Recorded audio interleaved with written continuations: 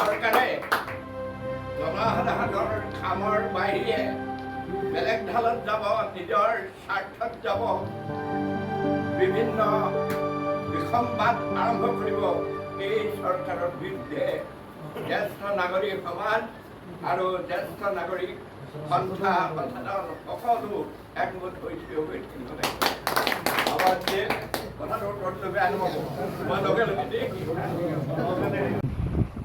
আজি এই গুৰুত্বপূৰ্ণ কাৰ্যনিৰ্বাহ সভাৰ দ্বিতীয় দফা কাৰ্যসূচীত আছে অৱসৰপ্ৰাপ্ত প্ৰশাসনিক বিষয়া পদ্মনাথ নায়াৰৰ মৃত্যুত শোক প্ৰকাশ মৌন প্ৰাৰ্থনা। পদ্মনাথ নায় তেখেত লখিমপুৰ জিলাৰ সোৱণশিৰি উপত্যকাৰ এখন অতি পিছপৰা গাঁৱৰ এজন ব্যক্তি আছিলে। মই তেখেতে লখিমপুৰ চৰকাৰী উচ্চতৰ মাধ্যমিক বিদ্যালয়ৰ পৰা হাইস্কুল শিক্ষান্ত পৰীক্ষাত উত্তীৰ্ণ হৈ তেখেতে প্ৰশাসনিক বিষয়াৰ পৰীক্ষাত উত্তীৰ্ণ হৈ তেখেতে প্ৰশাসনিক বিষয়া হিচাপে অধিষ্ঠিত হৈছিলে। লখিমপুৰ জিলা সচেতন নাগৰিক সমাজৰ আজি ৪ৰ্থখন কাৰ্যকৰী সভা উত্তৰ লখিমপুৰ নগৰৰ খেলমাটিস্থিত সোৱণশিৰি সেৱাশ্ৰমত দিনৰ ১:৩০ বজাৰ পৰা অনুষ্ঠিত হৈ বৰ্তমান সভাখন একেবাৰে শেষ পৰ্যায়ত আছে। লখিমপুৰ জিলা সচেতন নাগৰিক সমাজৰ বিভিন্ন বিষয় সম্পৰ্কত আজি আলোচনা হয় আৰু কাৰ্যসূচী দফা অনুসৰি সভাপতিয়ে আসন গ্ৰহণৰ পাছতেই লখিমপুৰৰ সমাজ জীৱনৰ এগৰাকী বৰেণ্য ব্যক্তি অৱসৰপ্ৰাপ্ত প্ৰশাসনিক বিষয়া পদ্মনাথ নায়ৰৰ মৃত্যুত গভীৰ শোক প্ৰকাশ কৰি ১ মিনিট সময় মৌন প্ৰাৰ্থনা আগবঢ়োৱা হয়।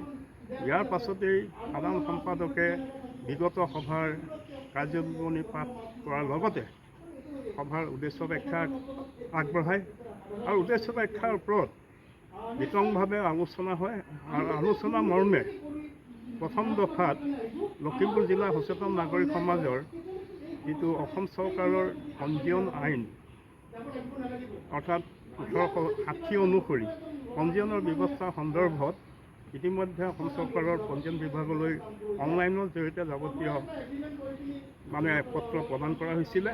কিন্তু শেহতীয়াভাৱে জানিব পৰা মতে যিহেতু জিলাভিত্তিক সংগঠনবিলাকৰ পঞ্জীয়ন লখিমপুৰ জিলা তথা স্থানীয়ভাৱে হয় আৰু এই ক্ষেত্ৰত লখিমপুৰ জিলা সচেতন নাগৰিক সমাজৰ আজি সভাই স্থানীয় সংশ্লিষ্ট কৰ্তৃপক্ষৰ লগত যোগাযোগ কৰি যাৱতীয় কাৰ্যব্যৱস্থা ল'বলৈ সিদ্ধান্ত লোৱা হয়।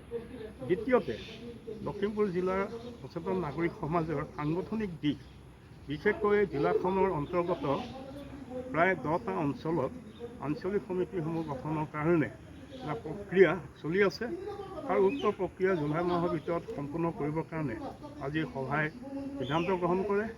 তৃতীয়তে লখিমপুৰ জিলা সচেতন নাগৰিক সমাজৰ আগত 16 জুলাইত এবছৰ পূৰ্ণ হ'ব আৰু এবছৰ পূৰ্ণ হোৱাৰ উপলক্ষে লখিমপুৰ জিলা সচেতন নাগৰিক সমাজৰ প্ৰতিষ্ঠা দিৱসটি আগন্তুক আগষ্ট মাহৰ শেষৰ সপ্তাহৰ শেষ শনিবাৰে দিনজোৰা কাৰ্যসূচীৰে উত্তৰ লখিমপুৰ নগৰৰ মাজমজিয়াত কোনো এটা নিৰ্দিষ্ট স্থানত পতাৰ সিদ্ধান্ত লোৱা হয় আৰু উক্ত বিষয়ত সভাই ঐক্যমত প্ৰকাশ কৰে আৰু জিলাখনৰ বিভিন্ন দিশ সৰ্বত আলোচনা কৰি সৰ্বসন্মত প্ৰস্তাৱ লোৱা হয়। ধন্যবাদ।